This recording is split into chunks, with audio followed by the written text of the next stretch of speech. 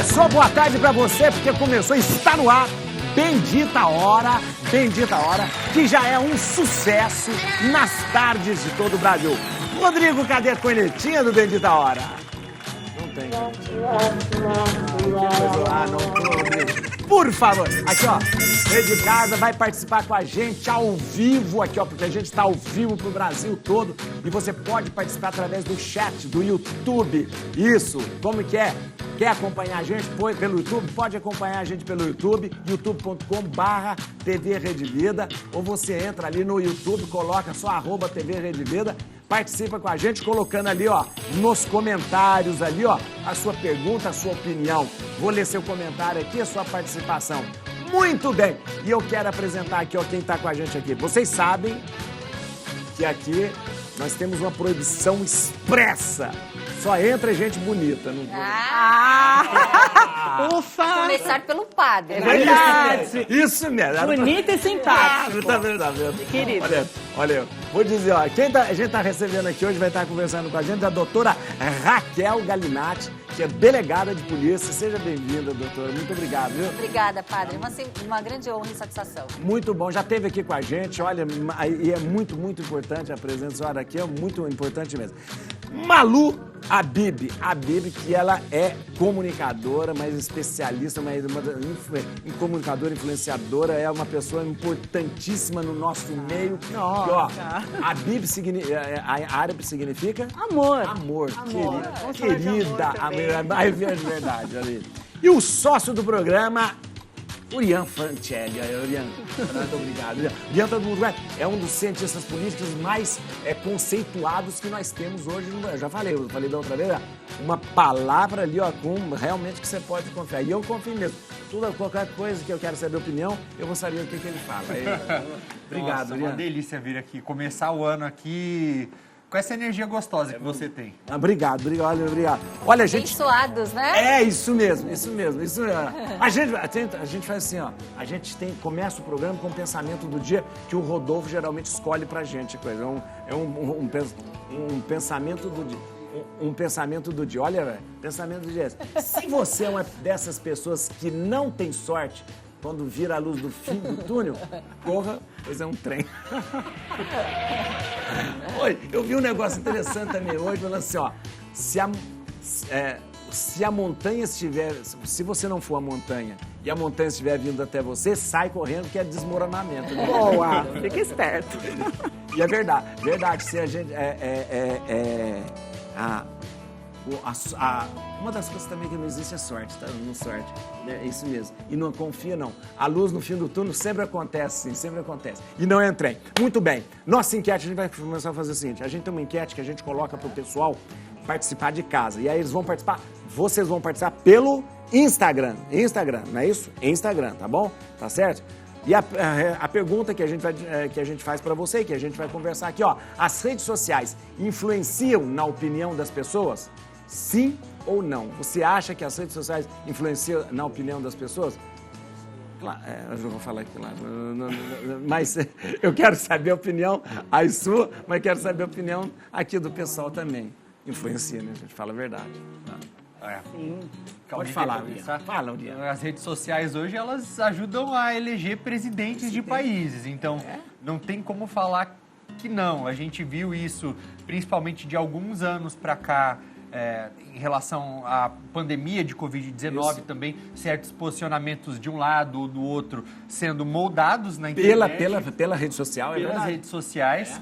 Muita mentira, muita verdade, então muita informação, mas que ajudou enfim, desenhar aí um país polarizado que a gente tem hoje, principalmente por causa das redes sociais. Influencia tanto, porque tem gente, hoje eu tinha lido ontem, que tem gente tomando ivermectina para combater a dengue. Olha que coisa, para combater a dengue, ivermectina para combater a dengue. Você vê a tal ponto que chega essa influência de rede social e da mentira também na vida das pessoas. Agora, influencia muito, e eu acho um perigo muito grande quando as pessoas, né, geralmente, que estão nas redes sociais, sentem-se também influenciadas por aquilo que o outro diz. Né? Eu acho total, mas acho que o autoconhecimento da gente faz com que a gente faça melhores escolhas. Eu gosto de pensar que o influenciar tem o fluir dentro dessa palavra. E nós somos seres sociáveis, então, tanto nas redes quanto fora delas, um vai influenciar o outro. Sempre. Influenciamos e somos influenciados. Somos Sempre, influenciadores, é verdade, sempre. E o influenciador é o quê? É um líder. É um líder. Eu acho que assim, nós somos todos também empresas. Então, nós podemos usar isso de forma ética, de forma... O grande problema é, porque a internet é um mundo que a ética passou longe, né? Terra de ninguém, né? Como dizem. É, de ninguém. A ética passou longe da internet.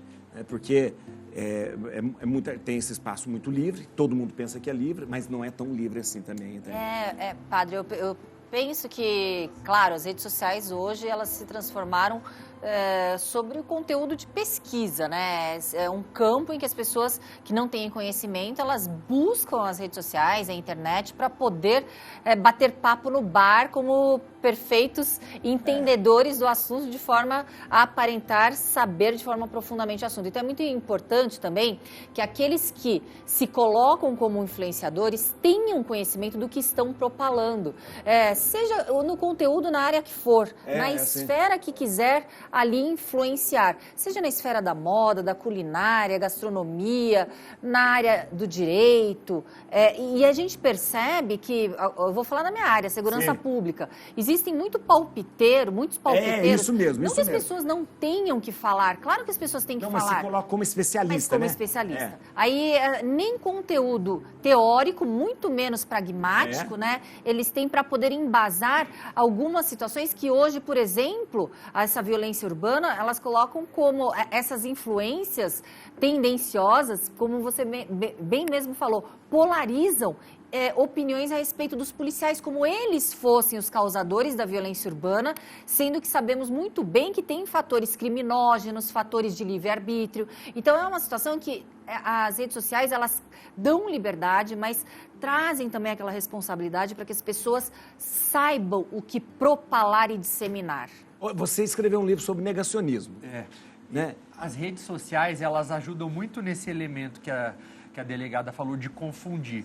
Isso por causa do próprio formato que ela tem. Pensa só, a gente tem uma página do Facebook. Quem que a gente pode... Sei lá, eu tenho a minha tia-avó lá do interior do Paraná, na mesma rede, e eu sigo, de repente, um diplomata ou algum especialista em segurança pública. O que acontece? Quando algo é postado, essas opiniões vão chegar lá com o mesmo formato, que é algo que não acontecia antes, quando a pessoa se informava por meio de revistas, entrevistas com especialistas. Hoje não, é graficamente o mesmo, visualmente é o mesmo formato. Parece ter o mesmo peso, Parece que tem o mesmo peso, só que não tem. As pessoas têm credibilidade diferente porque elas têm credenciais diferentes para dar opinião. Isso acaba contaminando o debate. Se o usuário não consegue ter a habilidade de diferenciar o credencial de quem está dando opinião. E tem uma outra coisa que eu acho muito triste, quando as pessoas que consomem muito internet, consomem muito rede social, quando fica muito preocupado com aquilo que dizem sobre elas. A gente já viu pessoas que já morreram, pessoas que suicidaram, pessoas que já fizeram coisas absurdas, né? E eu acho sempre muito... E eu tenho certeza, toda pessoa que é o famoso hater, né? O famoso hater, sempre é um desqualificado. Eu sei, todo hater é um desqualificado. Porque ele não, além dele não saber nada, ele não fazer nada, ele fica o dia inteiro... Né? Porque se tem tempo de ficar o dia inteiro xingando os outros, é porque é um desqualificado. Dizem que todo ódio é um pedido de amor, né? E que o ódio e o amor seriam a mesma coisa. Da a mesma polaridade. Moeda, a face da Eu acho moeda. que o que vocês falaram também, né? Tem a história do efeito manada. Ou seja, eu vou pro lado que está todo mundo indo porque eu quero ter essa coisa do pertencimento. Olha, não vá por onde todo mundo está indo. É modismo. Você vai pro... Todo mundo está indo pro abismo. Eu não vou pro abismo só para pertencer àquele grupo. É verdade. Ou vou consumir aquela história, aquele produto de forma inconsciente. Eu vou buscar refletir. O problema é que esse negócio de efeito manada é sempre... Todo mundo começou a fazer crossfit. Todo mundo. Tem uma academia aqui na rua. É verdade. Crossfit. Porque todo dia eu passei de manhã, ando com um cachorro, né? Eu passei de manhã, Agora tá mudando, tá deixando o crossfit para virar aquele negócio de... Pilates. Não, de bicicleta. Como chama? Spinning. Que tem agora, tem aquelas academias que toca música, só para ficar aquilo. Ou seja, agora vai todo mundo para aquilo. Aí esperando a próxima moda pra gente. Vamos às notícias que nós queremos conversar aqui com os nossos especialistas aqui, ó. A notícia número 1, vai lá. Sempre me dá um ar... Netanyahu rejeita a proposta de nova trégua e insiste em vitória absoluta sobre o grupo terrorista Hamas. O premier de Israel diz ainda que o triunfo sobre o grupo terrorista seria atingido nos próximos meses. Hamas havia dado resposta positiva para cessar fogo na sexta, segundo o premier do Catar. Haverá uma nova roda de negociações na quinta-feira, no Cairo, no Egito, com a presença dos premiers do Catar, Estados Unidos e Egito. E aí, professor? Eles estão tentando, né? Quem está tentando? A comunidade internacional tem tentado, pelo menos, dialogar. Mas muito difícil que se chegue a um acordo agora. É sempre importante a gente lembrar, o Hamas é, sim, uma organização terrorista. Não são os palestinos. O Hamas não representa todos os palestinos. Eles são uma minoria que tem governado a faixa de Gaza ali desde 2006.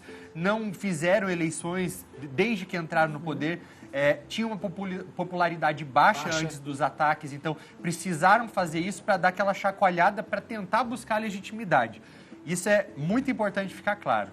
Mas, por outro lado, quem também não estava com a popularidade muito alta antes disso? O próprio Netanyahu. Que estava sofrendo protestos por ter tentado erodir a democracia de Israel, tentado manipular o judiciário, tentado aí... É o que todo... O Netanyahu, ele também...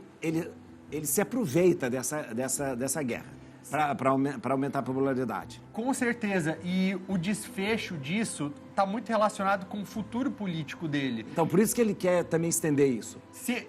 Não só estender, como seria interessante expandir. Não estou falando que é o posicionamento dos judeus, não é o posicionamento de Israel. Eles querem que os reféns voltem para Israel. É isso que eles estão, a população de Israel quer. As pessoas, no geral, não querem guerra, não querem briga, mas a partir do momento em que acontece aquele ataque, os israelenses são lembrados pelo Hamas de que dificilmente vai ser possível coexistir enquanto o Hamas estiver ali. Então, esse é o elemento. Agora, o Netanyahu, ele tem se mostrado tentando, de alguma maneira, prolongar, não sei se é a palavra certa, esse conflito, porque ele sabe que a partir do momento em que isso acabar, a conta vai chegar. Então, é isso. E qual conta que é essa? O cargo dele. É a conta tanto pelas acusações de corrupção que ele tinha antes, pela tentativa de erodir a democracia influenciando no judiciário, quanto também pela inabilidade de fazer algo que ele tanto prometia, que era garantir a segurança de Israel. Ele foi uma pessoa que foi... Ele se manteve no poder com a promessa de ser um líder forte que ia proteger a população. Foi uma decepção, porque justamente o que aconteceu com os terroristas invadindo, ou seja, não protegeu nada. Agora, é interessante, essa coisa dessa guerra que já se estende de forma horrível, ela criou um ódio tão grande. Você está falando do ódio, né? Sim, ódio até aqui no Brasil, né? No Brasil, tivemos em Arraial da Ajuda, que foi uma comerciante, você né? Eu vi, agora, acompanhei. A pessoa ela não mora em Israel, ela não mora em Gaza, não mora em nada, e ela foi agredida. Sim. Né? Sim. Foi agredida. Olha como chega a loucura, né? E ele falando ali, né, em vitória absoluta, e ele falando aqui na coexistência, né? Eu acho que não existe vitória absoluta, vai ter que compor. Temos pessoas de várias etnias, várias religiosidades que vão ter que viver ali em paz, né? Como fazer isso? Uma coisa eu vejo assim, infelizmente, a gente não está falando numa guerra normal, a gente está falando em conflitos assimétricos, né? De forças irregulares. A partir do momento em que nenhuma norma ali é respeitada pelos terroristas, estão ali dominando esse território da Palestina, e a gente tem Israel, que tem a responsabilidade total de proteção do seu povo, de proteção das vítimas, de proteção do povo palestino. Então, claro que é um conflito irregular, assimétrico, em que não existe outra alternativa senão resgatar esses reféns, e os efeitos colaterais será sim a neutralização dos terroristas. Não existe negociar com terrorista, com criminoso, com facção criminosa. Não existe negociar. Não existe, porque não existe regras que serão cumpridas, não existe ética, não existe moral. Então, é uma situação muito complicada, e o que me entristece é o mesmo paralelo que eu coloco na polícia. É colocar como causador dessa violência, dessa destruição da dignidade completa humana, né, dessas bárbares, como se fosse culpa de Israel e de seu exército. Eles estão sofrendo um efeito colateral da proteção do seu povo, tendo que proteger também o povo palestino. Então, é uma guerra assimétrica, a mesma guerra, paralelo, claro, doméstico, que a segurança pública aqui enfrenta com o crime organizado. Que acaba sendo uma guerra meio assimétrica também, uma guerra meio assimétrica. Vamos lá para a próxima notícia. A gente só tem especialistas assim maravilhosos. Eu sou palpiteira. Olha, mas é igual... Não, em política internacional, especialista... Ele é demais. Ele arrasa. Ele é a referência. Tanto é que quando ele fala, todo mundo fica calado. Não, tem que conversar. Eu não sou dono da verdade, é sempre bom deixar isso não, eu claro. acho que você é dono da verdade. Dono da verdade é o padre. É isso. Olha aqui, vamos lá. Mais uma notícia. Carros capotados surgem nas ruas de Goiânia. O que é isso? Não entendo o motivo. Aqui, ó. A ação faz parte da campanha Operação Carnaval 2024. Virou. Não deixa o carnaval virar tragédia no Detran. Veículos foram instalados... é um tipo uma... agora entendi. Capotaram os carros, encheram de sangue, para chocar a comunidade, para essa coisa do... Interessante, virou, né? Faz aquela coisa de... Esse negócio de bebida e direção é um problema também, sempre para... Sim, e eu vou alertar para realmente dar Delegada falando, delegada! Um alerta. A embriaguez ao volante. E quando existe um acidente e uma morte, é um homicídio doloso com dolo eventual. Que a pessoa tem intenção de matar. Sim, é assim que a doutrina, que a jurisprudência e que todos os tribunais consideram. Se você se embriaga e você dirige um veículo automotor e você mata alguém, não existe colocar uma culpa, como se fosse uma imprudência, uma imperícia. É um dolo porque você...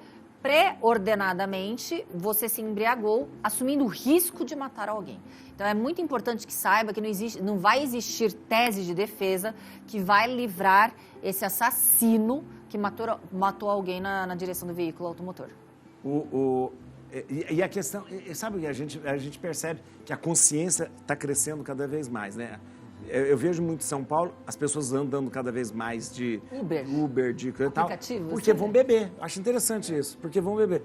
Está crescendo cada vez mais ataques e tal, porque vão beber. Eu acho que é uma consciência que vai crescendo também nas pessoas. Verdade, tanto que chama campanha de conscientização, né? Eu fiquei pensando nessa estratégia de marketing. Sei. Não sei se eu gosto. Não sei se eu gosto. De chocar. Porque primeiro que vai conversar com várias idades, né? E talvez essa idade da bebida seja aquela idade do jovem. Eu não sei como que uma senhorinha vendo um carro capotado uma senhorinha que bebe. Vai se... também, né? Nossa, senhorinhas da minha família. Pois, mas quem bebe causa o acidente, acho que pelas estatísticas, que talvez não tenha, né? Acho que sejam os jovens e tal. Eu não sei como que isso vai chegar. Não sei se eles não ligam e a velhinha vai ficar chorando. Não sei se atinge. Sei. Eu acho que é importante, principalmente nesse momento de redes sociais, de viralizar, da pessoa que vai passar ali e que vai ajudar a ser um propagador da ação. Que vai... Pode ser. Eu acho interessante. Virou notícia aqui agora. A gente está falando disso. É verdade. Então a mensagem deve estar chegando. Sabe uma que eu adorava, que eu gostava muito? Quando, assim, do Detran, eu acho, né? Que a pessoa atropelava e quando via, era a própria pessoa. Assim. Interessante. Eu acho que se colocar no lugar do outro, gerar uma empatia... No trânsito... Todo mundo pode ser você. Pode ser você. Então. Agora, você sabe que esse negócio de bebida essa mesma compreensão da bebida como dolo e tal, deveria ser estendido para o celular também. Sim. Porque o problema, agora, as pessoas não Perfeito. bebem, mas dirigem celular. Eu ando de moto só. Ontem, aqui, Você sofre, né, padre? aqui na Pacaembu, que carro era aquele? Não sei que, mas enorme, dessas SUV enorme. Ele quase me derrubou, Sem te ver. porque estava... Sem te ver, sem ver. Porque ele estava no celular. Ele estava no celular. E eu já fui derrubado eu já fui atropelado aqui por um taxista aqui também vindo para cá. Ele não estava no celular. Mas tem pesquisas que dizem que estando no celular é o mesmo grau de atenção de uma pessoa embriagada. Ou até pior, né? Até pior. É uma ótima sugestão para os legisladores. Para os legisladores. Acrescentar no Código de Trânsito, né, E brasileiro? dá para saber certinho, porque assim, quando for... eu não estava no celular. O celular registra ver. quando você não... É. Então, você vai pegar a hora que aconteceu e você vai saber a hora que aconteceu. Perfeito. Não, agora você é uma pessoa agora muito mal educada e muito, como chama? Preconceituosa. Mas sabe quem fica, eu vejo, quem fica mais no celular? Mulher. Não é não. Não, padre.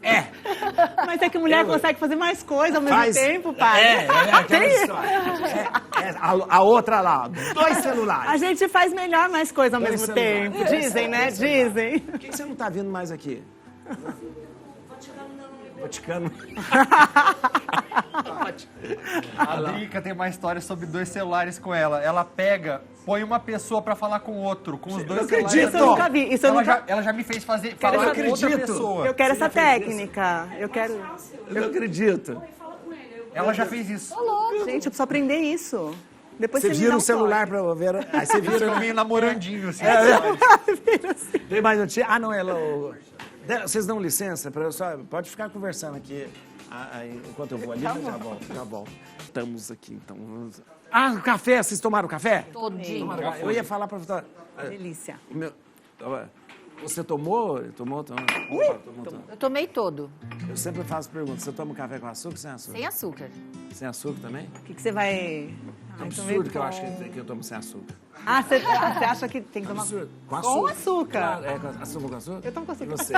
Ué, anular o efeito do Ozempic? Olha lá. Ozempic, você não precisa. Ele precisa muito de Ozempic. É. Olha lá. Olha o tanto que ele tá... Desde que eu te conheço, você é slim. Não, fit. é verdade. É verdade. O Uriel fala essas coisas só pra gente Só pra ficar com elogiar. inveja, só Só pra pra gente gente ficar com elogiar. Falar, não, você tá muito magra. Vamos lá. Gente, uma notícia triste que eu não acredito que existem essas coisas. Parece que a gente está em outra época. Entregador é impedido por moradora de usar o elevador social de prédio e denuncia mulher por injúria. Lei do Rio de 2003 proíbe a discriminação no uso do elevador e prevê que todos usam o equipamento social. Você não vai subir aqui não, disse a mulher ao barrar a entrada de João Eduardo da Silva de Jesus. Eu não acredito que ainda existe essa configuração elevador social e elevador social. Não existe mais, né? Não existe.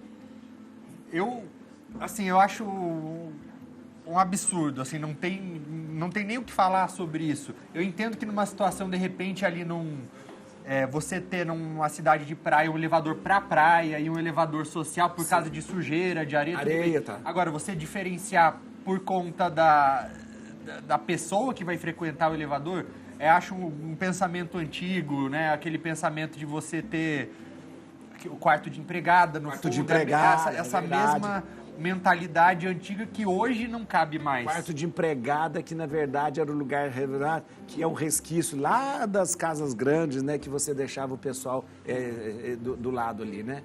E o elevador de serviço, elevador social. Até o nome elevador social. Por que o elevador chama de elevador social e o outro de serviço também, né? Pois é. Tudo bem, um lugar ter 2 elevadores, tudo bem, um para fazer mudança. Né? Aí sim. Faz mudança, aí você coloca no elevador aquele negócio, aquele colchoado lá para tudo. Mas você impedir que uma pessoa suba por causa disso, mas é triste porque ainda existe. E vou dizer que as pessoas mesmo, o prestador de serviço, ele não se sente à vontade de usar um elevador que de repente tem os dois, mas geralmente ele vai pelo elevador ali do serviço, né? Nossa, que loucura, né, tudo isso? Então. Eu achei uma loucura, eu assisti o vídeo, é assim... Tem ao um vídeo assistir, disso? tem um vídeo disso, quem for assistir, não sei. Que horror. A mim me causa uma profunda tristeza, até eu vi a postura do rapaz, a arrogância da mulher, a loucura dela também, Loucura, né? E ela falava, meu elevador, porque o meu Ela elevador, fala assim? o meu elevador. Em momento algum ele destratou ela, assim, foi uma cena assim que causa tristeza. Enquanto ser humano, eu acho que a gente... É triste ver, né, como o Brasil foi constituído e como ele ainda é. É um episódio, claro, de racismo, na minha opinião. O delegado, e como que faz isso quando tem isso? Pode chamar a polícia? Não pode, não. Pode, porque sim, se for configurar uma discriminação e conseguir comprovar que é de acordo com a procedência racial, étnico, religiosa, pela cor, sim, pode caracterizar o crime de racismo, que aliás é imprescritível. Mas é tão triste que a sociedade ela tenha que se pautar em leis para poder respeitar uma convivência, né, são parâmetros éticos, morais, assim, que todo mundo deveria ter no seu seio familiar.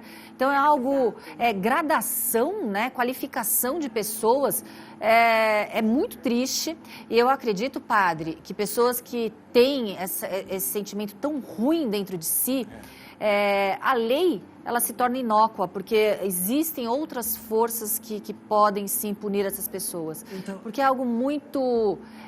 Quando chega na porta da delegacia situações assim, claro que a gente não pode fazer justiça ali, a gente não pode condenar previamente a pessoa, mas aqui, a gente vê o quanto o ser humano pode ser mesquinho, pequeno, mesquinho. Mesquinho. É muito triste para o ser humano a gente presenciar situações assim. Mas na verdade, o que eu vejo às vezes que há um preconceito, racismo tão estruturado, por isso que eu estava dizendo, que a pessoa se sente constrangida. Eu estou dizendo, eu vejo isso. A pessoa chega, a faxineira, ela não tem liberdade de subir pelo elevador dito social. Ela não tem liberdade. Isso não é muito triste? É muito triste, porque é um ser humano ali. Precisa mudar. Por exemplo, na minha casa eu tenho uma funcionária que trabalha lá e ela usa o elevador social. Mas é algo que teve que ser conversado com ela. Com ela, tá vendo? E avisado. Se algum dia alguém falar alguma coisa, você chama a gente que a gente quebra esse prédio inteiro. Isso mesmo. Mas tem que partir da gente porque muitas vezes... Dá respaldo. E essas pessoas, elas... Às vezes se colocam no lugar que se elas não forem puxadas pelo resto da sociedade, elas vão ficar lá por conta dessa intimidação. Invisíveis, né? Quantas vezes eu recebo algum amigo, de repente, não sei, algum amigo negro, que eu tenho que ter o cuidado de avisar pro porteiro quando ele liga, eu falo assim, manda pelo elevador social, pelo elevador da frente, para eu não correr o risco de repente, o porteiro interpretar mal e querer mandar essa pessoa pelo elevador de serviço. É um cuidado que a gente tem que ter, que não deveria, né? Não deveria precisar disso. Muito triste. É triste. E o fato da pessoa ter o cuidado de tratar bem também. O entregador, o porteiro, as pessoas... Vou contar um caso aqui que eu já contei pro pessoal. Eu chego aqui na Rede Vida, eu faço programa meio-dia, todo dia, meio-dia, que é o Rosário da Vida. Eu chego de moto de coisa assim, com capacete. E chego assim, então. Aí um dia eu cheguei, aí eu tava com essa roupa aquele coisa de motoqueiro usa, assim, tava sem capacete. Aí chegou uma convidada pro programa. Aí ela parou o carro na frente da Rede Vida e falou assim, você estaciona pra mim ali na frente? Ai, meu Deus. Ela nem olhou na minha cara. Eu falei, estaciona. Mas depois ela, coitada, ela tá mesmo. Mas eu tô falando assim, ela nem perguntou se eu era... Aqui, vou mudar de assunto. São estereótipos, né? Estereótipo. Que ficam no inconsciente coletivo. É muito... verdade. A gente só falar que o pessoal está participando aqui com a gente, ó. Ricardo Luca está participando com a gente, está achando um ótimo programa, cumprimentando todos vocês. O Danilo Risato, né? Dando opinião às redes sociais. Também a Gelivane dos Santos Lopes aqui também. A Marli Gomes aqui, ó. Né? Olha, interessante aí, dando a opinião também. Temos que todos os estados deveriam usar essa imagem para conscientizar as pessoas do álcool, né? Obrigado. Olha, muito obrigado, viu? Muito obrigado. Padre Juarez é muito carismático e engraçado. É mesmo. Vamos fazer o seguinte, a gente vai mudar de assunto aqui, porque o negócio é harmonização facial com PMMA, que é um perigo. PMMA na verdade, é um plástico polivinílico, né? É um plástico, na verdade, que se usou para fazer preenchimento, não se usa mais, é um perigo. E é uma coisa muito perigosa, muito perigosa. Depois a gente vai ver coisas que acontecem. Para isso eu estou recebendo aqui, olha, a nossa querida dermatologista, a doutora Priscila Pereira, que vai nos falar, e ela não veio aqui conosco, mas ela arrumou um tempinho na agenda dela e veio falar para a gente. Doutora Priscila, seja bem-vinda, muito obrigado aqui com a gente aqui na Rede Vida. Obrigada pelo convite, viu, padre? Um prazer. Que bom. Doutora, a gente trouxe a senhora para falar sobre essa questão de harmonização facial, preenchimento, e eu queria que a senhora explicasse para a gente sobre essa aqui, o que é o tal do PMMA e também do ácido hialurônico, como são feitas essas harmonizações faciais. Então, é muito importante a gente alertar as pessoas em relação a isso, porque cada vez está frequente, está voltando um pouco esse uso do PMMA, e está muito frequente as complicações, está viralizando várias pessoas na internet com complicações muito sérias. Então, assim, o que acontece? O PMMA, ele é uma substância que, como você comentou, é como se fosse um plástico que as pessoas utilizam para preencher o rosto. E por que estão utilizando novamente? Porque é um material que ele é mais barato e tem uma durabilidade maior.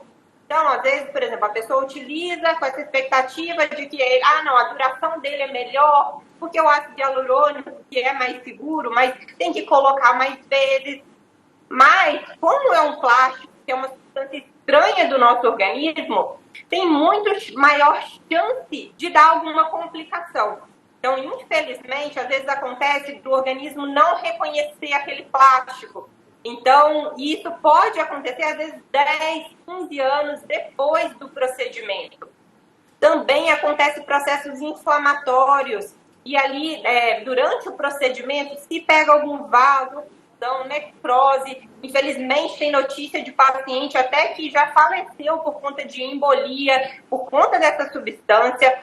Então, a gente precisa deixar a população bem alerta em relação aos riscos. Parece maravilhoso, né? Produto que, às vezes, o procedimento seria mais barato, que a duração seria permanente, mas e se a pessoa não gosta do resultado, né? Ou se acontece uma complicação, né? Às vezes tem casos que as pessoas preenchem o lábio, que é contraindicado nessa região, né? Então, aí a complicação vem e depois do tratamento, infelizmente, é só cirúrgico. Então, uma cirurgia plástica reparadora, que às vezes fica uma cicatriz, tem que retirar, às vezes, o lábio da paciente para fazer a correção. Então, é algo muito sério, né? A gente precisa, quando for escolher, né, um preenchimento, um procedimento de harmonização, buscar um profissional da sua confiança e saber em relação aos produtos, né? Busque profissionais que usem produtos de qualidade, que tem chance menor de ter complicação, né? O ácido hialurônico, ele veio nos últimos anos, né, com tudo, porque tem uma segurança maior e é uma substância do nosso organismo.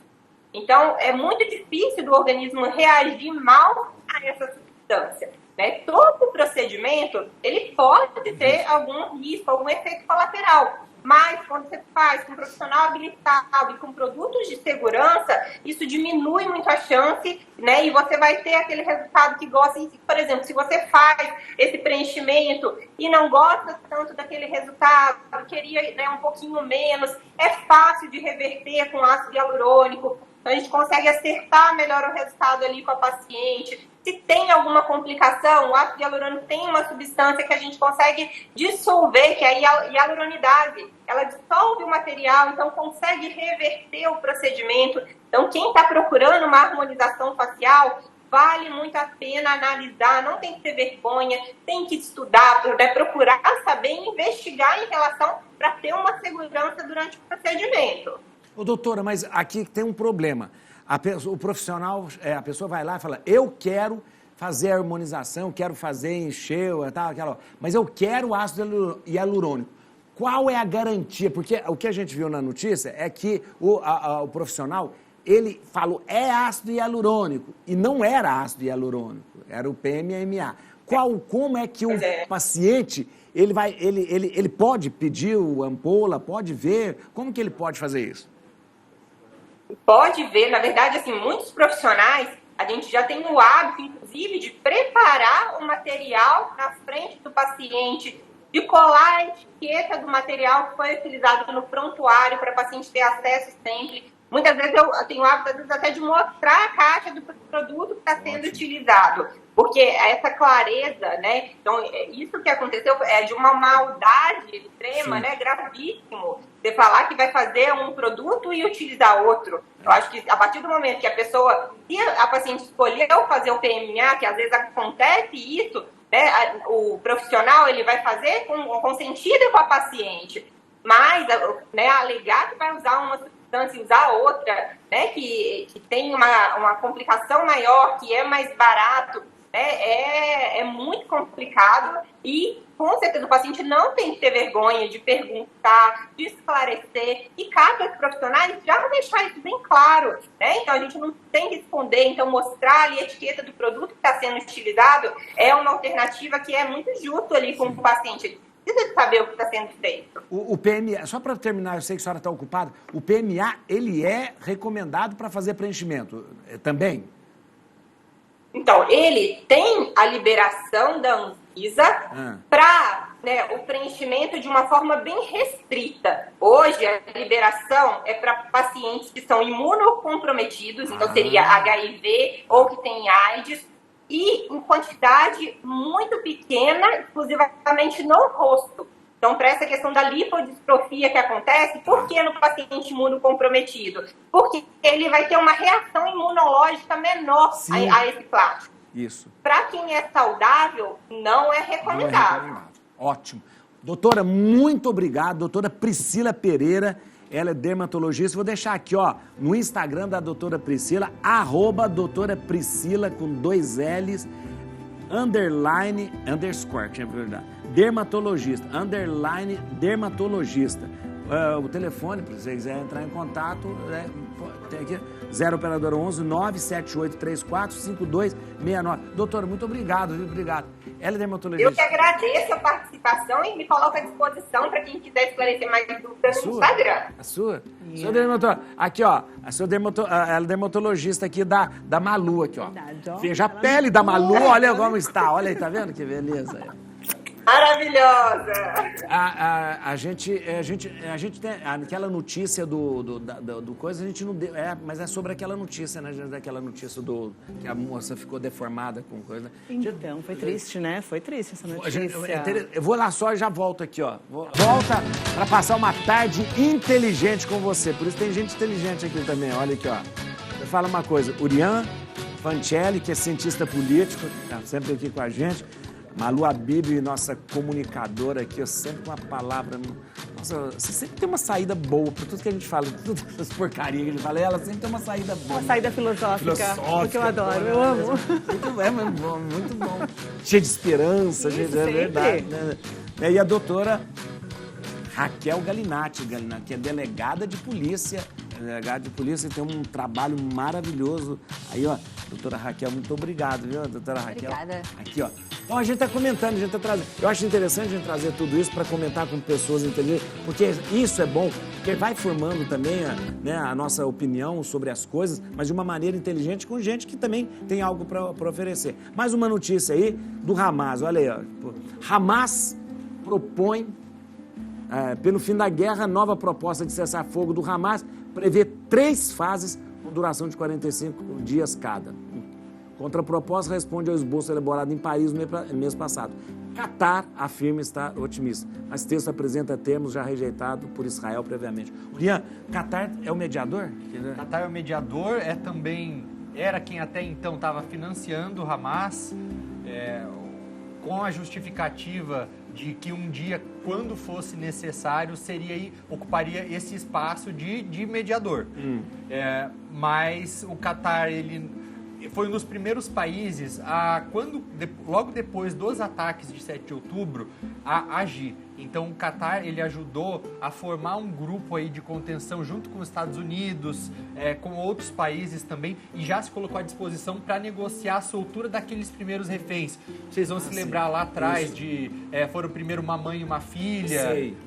Então, aí o Catar já começou a agir lá atrás.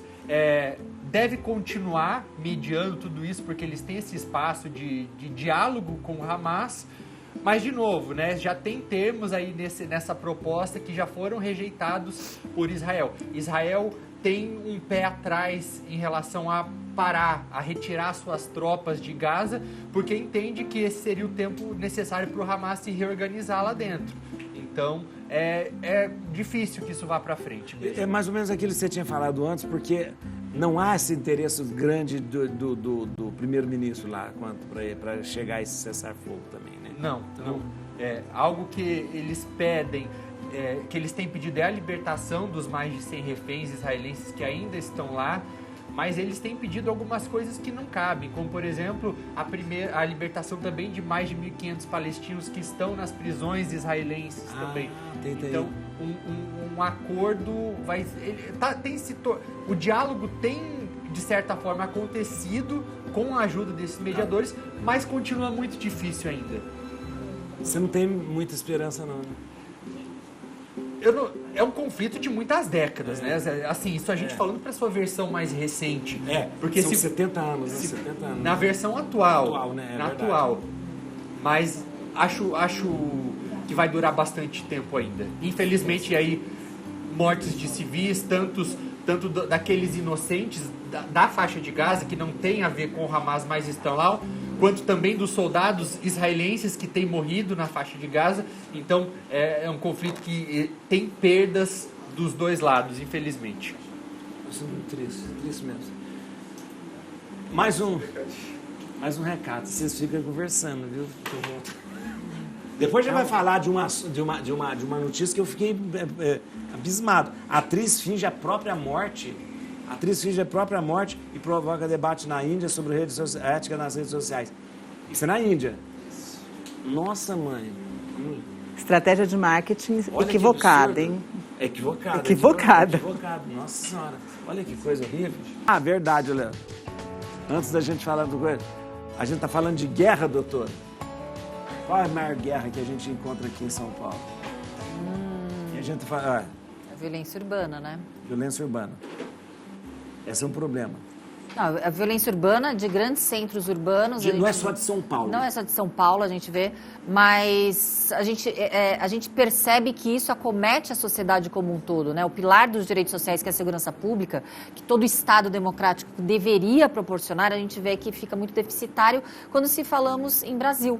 E aí os estados como um todo, hoje, como diretora da Associação dos Delegados de Polícia do Brasil, a gente percebe que existe uma deficiência em estruturar as forças de segurança pública em todos os estados. Não se coloca como prioridade, se coloca como política de governo de forma pontual, às vezes elencam ser prioridade quando factoides, né, surgem, a gente está percebendo isso, mas deveria ser um pilar ali inegociável. A segurança pública, né? Segurança pública. Volta e meia, a gente, quando fala de grandes centros, de grandes cidades, a gente vai ver esse mesmo problema. Sempre ali a segurança pública. A gente tem Nova York, que era, na década de 80, era Nossa, a violência urbana ali era algo latente. Era horrível. Era horrível. Nova York. E com vontade política. Daí a gente tem a teoria das janelas quebradas, né? A gente tem tolerância zero. Tolerância zero, que era do... Como chama aquele que foi o prefeito lá em... Rodolfo Giuliani. Que foi que deu essa coisa da... Ele deu exemplo, assim, basicamente, resumindo muito, quando se pune pequenos delitos, mostra que o Estado ali, ele não vai admitir a desordem social. Então, ali é a teoria da janela quebrada. Se a janela está quebrada e nada se faz pelo Estado, outras janelas irão se quebrar. Então, quando o Estado ele está ali presente, cuidando, claro que você inibe a evolução dos crimes. Tem uma pergunta. Isso. A gente tem visto aí a discussão de novo sobre segurança pública, agora com a eleição do Bukele em El Salvador, por exemplo, a reeleição dele. E aí obviamente que a gente começa a olhar para alguns números aqui do Brasil também. E os dados que eu olhei mostram que Norte e Nordeste, eles têm um número de mortes violentas muito superiores a cada 100 mil habitantes em relação ao resto do país. Então, assim, se aqui no Sul, no Sudeste, esse número está ali beirando 6, 10, dependendo do estado, em alguns estados do Norte esse número passa dos 30 por 100 mil habitantes, que é 5 vezes mais do que aqui. O que explica, será, uma diferença tão grande de uma região para outra se a gente está falando do mesmo país também? Nossa, excelente questão. Até porque a gente percebe que não existe um padrão que norteia de forma homogênea a segurança pública. Só agora a gente teve uma lei orgânica nacional das polícias civis, que é a certidão de nascimento das polícias. Então, cada estado, ele domina a sua segurança pública, ele determina políticas públicas de acordo com o que ele acha interessante. Então, a gente percebe que fica muito subjugado ali aos plantonistas temporários do governo elencar ou não prioridade. Então, a gente não tem uma continuidade e nenhum parâmetro nacional que deveríamos ter do Ministério da Justiça e Segurança Pública, o Senasp, deveriam dar diretrizes para que os estados todos pudessem combater de forma homogênea. E lá, quando a gente fala Norte e Nordeste, existem estados que nem municípios que nem delegacia de polícia tem. Então, é uma situação caótica. A gente, quando fala assim, Estados Unidos, nos Estados Unidos, essa coisa, a gente tem uma diferença muito grande também. Nos Estados Unidos tem polícias, as polícias não são estaduais, né? Elas não são estaduais, elas são ou da cidade ou dos condados, né? É bem diferente. Temos agências, né? Várias agências que são interligadas e respeitam as suas atribuições. E a comunidade tem a sua polícia, Perfeito. né? E essa coisa da polícia na comunidade também faz uma certa diferença. Daí são os Kobans, né, que a gente fala no Japão, em Tóquio, né? Tóquio tem, aliás, no Japão inteiro, que a comunidade ela auxilia dando informações, prestando informações para a própria polícia. Não sei se é um modelo, de repente, mas eu não sei se é um modelo da polícia estadual, militar, é o melhor modelo, também não é a gente nunca vai saber porque nunca foi implementado na sua excelência. A gente tem um déficit de policiais que supera 40% em alguns estados.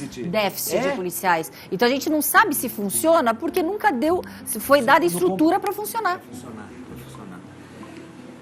Interessante. Estou aqui pensando na guerra, né? Olha. Que a gente escolha nossas batalhas, né? Que a guerra em si não é má, mas que a gente possa escolher as batalhas que a gente quer. As batalhas. As batalhas, as justas, batalhar contra um vício, batalhar contra uma falta de ética, escolher as nossas batalhas e tentar a paz, né? Batalhas valores. Sempre vai ter, né? Sempre vai ter, né? Sempre.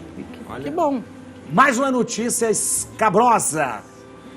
A atriz finge a própria morte e provoca debate na Índia sobre ética em redes sociais. Ai, gente. O pessoal na Índia gosta também de uma rede social, pelo amor de Deus. Nossa, o pessoal gosta de fazer aquelas comidas na rua, que eu quase morro de nojo daquelas comidas na rua. Nossa, não é? Quando aquelas... Será que eu falei coisa que não podia ter falado? Mas tem as danças. Padre, as danças são lindas. Acho que a galera que está assistindo, o pessoal que está assistindo vai gostar. Sabe qual que é o nome que se dá para a morte fingida? Pseudocídio. Pseudocídio? Não sabia. Não sabia. Olha ali, meios de comunicação repercutiram a notícia e as redes sociais ficaram repletas de homenagem à atriz. Morte falsa fazia parte da campanha de conscientização sobre câncer do colo. Foi uma campanha de marketing. Essa não. Essa foi muito equivocada, né? Isso não é o pseudocídio. Não, porque aquela morte fingida é aquela que a pessoa tem a certidão de óbito. Para ganhar alguma coisa, ganhar seguro. Fraude a seguros, a terceiros, e até mesmo crimes contra a administração, falsidade ideológica, estelionato. Isso da cadeia. A gente não tem assim, o crime propriamente dito. O crime ele é consequência dos atos para poder caracterizar a efetivação de uma certidão de óbito. Que coisa. Mas aí ela fez foi um marketing, né? Muito mais oportunismo do que campanha de conscientização de alguma coisa. Não, você vê todo o país faz homenagem para ela e tal. E ela deve ter falado que morreu de câncer, coisa tão chata. Que coisa... Foi muito chato, né? E depois ela falou que, olha, atingimos o objetivo, afinal estamos todos falando do câncer de colo de útero. Ela achou que ainda foi tudo bem. quando Nossa é uma Senhora. campanha que eu acho que está totalmente equivocada, que vai causar assim, um mal-estar nas pessoas, uma desconfiança. Ou seja... Sinceramente, olha... A gente não está falando de qualquer país, né? É o país mais populoso do mundo, que ultrapassou a China. Então, mais de 1,5 bilhão de pessoas. E que, de novo, quando você espalha uma notícia falsa, querendo ou não, isso é uma notícia falsa, que ela tem pode ser disfarçada de uma campanha de conscientização de câncer, mas é uma desinformação. E as pessoas que passam desinformação adiante, eu recebi, passei, eu não vou ter o trabalho de consertar isso depois, que é o que torna isso muito mais grave. Todo mundo que passa para frente não quer consertar, porque a pessoa acredita que de alguma maneira ela vai mostrar que ela é vulnerável a receber notícias falsas e... Uma fraqueza, assim, né? Um voltar atrás que deveria ser até... triste. Uma vez aqui o Chiquinho Scarpa... Enterrou um carro, lembra disso? Eu lembro. Eu lembro. Na casa dele, olha. Ele enterrou um carro também. Era sobre a doação de órgãos, sobre não doação de era? órgãos, foi. Eu achei, na época, todo mundo chamou atenção para aquilo. Eu até achei interessante e tal, né? Interessante o que ele fez. Mas foi também uma jogada de marketing também. É mais parecida com aquela do capotamento dos capotamento carros, do porque carro. pelo menos é um objeto, é um carro. Agora, aqui uma verdade. vida de uma pessoa, eu acho que é mais complicado. É verdade. E essa questão... Fala, Rodolfo, nosso diretor. Boa tarde, pessoal todo. Seguinte, padre, até a gente precisa ver, cada país, será que tem um tipo de legislação para esse tipo de propaganda, ou tipo de campanha e tudo mais? Porque aqui, infelizmente, a gente já até tem visto no Brasil algumas pessoas que acabam usando de certas doenças até para arrecadar dinheiro, ou para, enfim, fazer alguma coisa que isso, existe alguma legislação, será que possa deter isso, ou cada país ou cada estado tem a sua? Uma doença, exatamente, coisa, a gente vê para arrecadação e depois fala que tem um câncer e vai para arrecadar vários. Olha, o crime imediato é estelionato, né? Você tem uma vantagem ilícita, né, imediata, falseando ali através de falsidades, né? Tentando colocar o terceiro... Estelionato, a gente coloca estelionato. 171. É 171. Mas existem as nuances que a gente pode falar. Se foi uma fraude a credores, simulou uma morte para não pagar aqueles que eles estão devendo. Tem crimes contra a administração, tem falsidade ideológica, falsidade documental. Existem uma série de crimes que podem ser praticados quando a pessoa falseia uma morte. E hoje até mesmo esses golpes menores, né? Com inteligência artificial, com deepfake, Exato. que as pessoas conseguem imitar a sua voz, conseguem colocar a sua cara em um vídeo em movimento. A gente teve até o caso de 2 apresentadores que tiveram que desmentir que dava... O Bial fez um jacuzzi. Fez um jacuzzi em relação ao negócio para calvície. Do Facebook, falando, eu acuso, ele diz, eu acuso eu o vi Facebook, esse vídeo, realmente. De ser cúmplice, de ser coisa, porque eles não tiravam o vídeo, né? As pessoas têm orientado as famílias até mesmo a criarem um código ou uma palavra secreta isso que teve. para não caírem nisso. Na voz, né? Porque antes, se alguém ligava dentro de um presídio gritando, me deposita tanto Agora que eu tô com seu filho. Agora é a voz do próprio filho falando. Por isso é bom a pessoa perguntar assim, pergunta coisas pessoais. Onde nós fomos semana passada? O que nós fizemos? Coisas pessoais. Tem a palavra-chave, guarda-chuva. Inventa Essa uma palavra. É a palavra dele, quando você fala. Você se entregou agora. Não, porque aí eu ligo pra Raquel, ela me resgata. Boa. A gente nem deixa de sequestrar. Essa notícia é ótima. Essa notícia é ótima, porque essa é muito bom, gente. O terraplanista que viajou para ver o fenômeno solar e descobriu, enfim, que a Terra é redonda. Valendo-nos Galileu Galilei, Olha, né? tá vendo? Valendo-nos. São Galileu Galilei. Gente, Galileu Galilei Foi na calça. Olha, foi como uma desilusão amorosa. Isso passa. Não. Desilusão passa. O autor do best-seller, Negacionismo. Negacionismo. Olha aqui, como é populismo e negacionismo. Populismo e Pelo negacionismo. amor de Deus, olha que absurdo. E ele disse ainda que foi com uma desilusão amorosa. Ele era apaixonado pela Terra plana, na verdade. Né? Era apaixonado pela Terra plana. Isso ainda é engraçado, a gente consegue rir disso. Que Mas bom. quando a gente vê, por exemplo, outras teorias da conspiração sendo adotadas, como, por exemplo, em relação à vacina e autismo, que causou agora, recentemente, uma epidemia de sarampo na Inglaterra. É triste. Doenças que estavam praticamente erradicadas, não existiam mais. Aí, o que aconteceu? Uma cidade do interior da Inglaterra viu os níveis da vacinação entre crianças cair para menos de 65%. Sendo que para você ter imunidade de rebanho, precisa ter pelo menos 90% vacinado. Então, esse tipo de coisa é engraçado, mas é triste, mas é triste. mata. Tem matado criança. Leva ao erro, né? Escute, viu, governador Zema? Viu? É. Escute isso, tá bom? Escute o senhor aí, porque o senhor aí falou coisas que não deveriam ter sido faladas. Santa né? Catarina também. Então escute, né? Exigindo lá em Minas que não... Não, as crianças não precisam vacinar, pode ir para a escola e tal. Elas têm que estudar ciências e depois escolherem se querem ser Escolher se querem vacinadas. ser Pelo amor de Deus, né? Pelo amor de Deus, isso mesmo, doutora delegada, eu mandava aprender. Ô, Rodolfo, acabou o programa? Ah, não é possível. Na hora que o programa começa a ficar bom, o programa acaba. Eu queria agradecer... Foi rápido, né? Olha, eu queria agradecer a doutora Raquel Galinatti, que esteve com a gente aqui, delegada de polícia. Quero que você siga a doutora Raquel, né? A doutora Raquel no Instagram, @Raquel Galinatti. Galinatti, por exemplo, que a gente está colocando ali. Tá certo. E no canal do YouTube também, Raquel Galinatti. Raquel Galinatti. Raquel Galinatti, pode seguir, olha, é muito bom de ter gente inteligente falando com a gente, é muito bom. Malu Habib, Malu, muito obrigado. Obrigada viu? eu. Presença de ternura da Malu Habib aqui, muito bom, olha aqui, ó. A Malu, e ó, no Instagram, não deixa de seguir não, hein? sigam. Malu Habib Conteúdos. Malu Habib Conteúdos. Isso. Olha, ó. E o grande Urian Fancelli, cientista político aí, ó, viu? Leia o livro Populismo e Negacionismo, aí, ó. Não acredito. Não adianta. Eu não nunca vi uma acredito. pessoa. Eu vou falar com a editora dele, porque queria ele já ver não agora. traz o livro. As pessoas vão na minha casa e levam embora, eu fico sem. Ah, boa. Não Manda empresta. comprar o livro. Não pode emprestar. No Instagram, porque é Urian, mas tem um tio, Urian Fancelli. Tudo junto, Urian Fancelli, no Instagram. Muito obrigado. Obrigado, pessoal que estava com a gente. Salomé Santiago, um beijo pra você. Deus abençoe. Viu? Amanhã a gente volta. Amanhã eu volto meio-dia. Deus abençoe. Tchau. Acabou.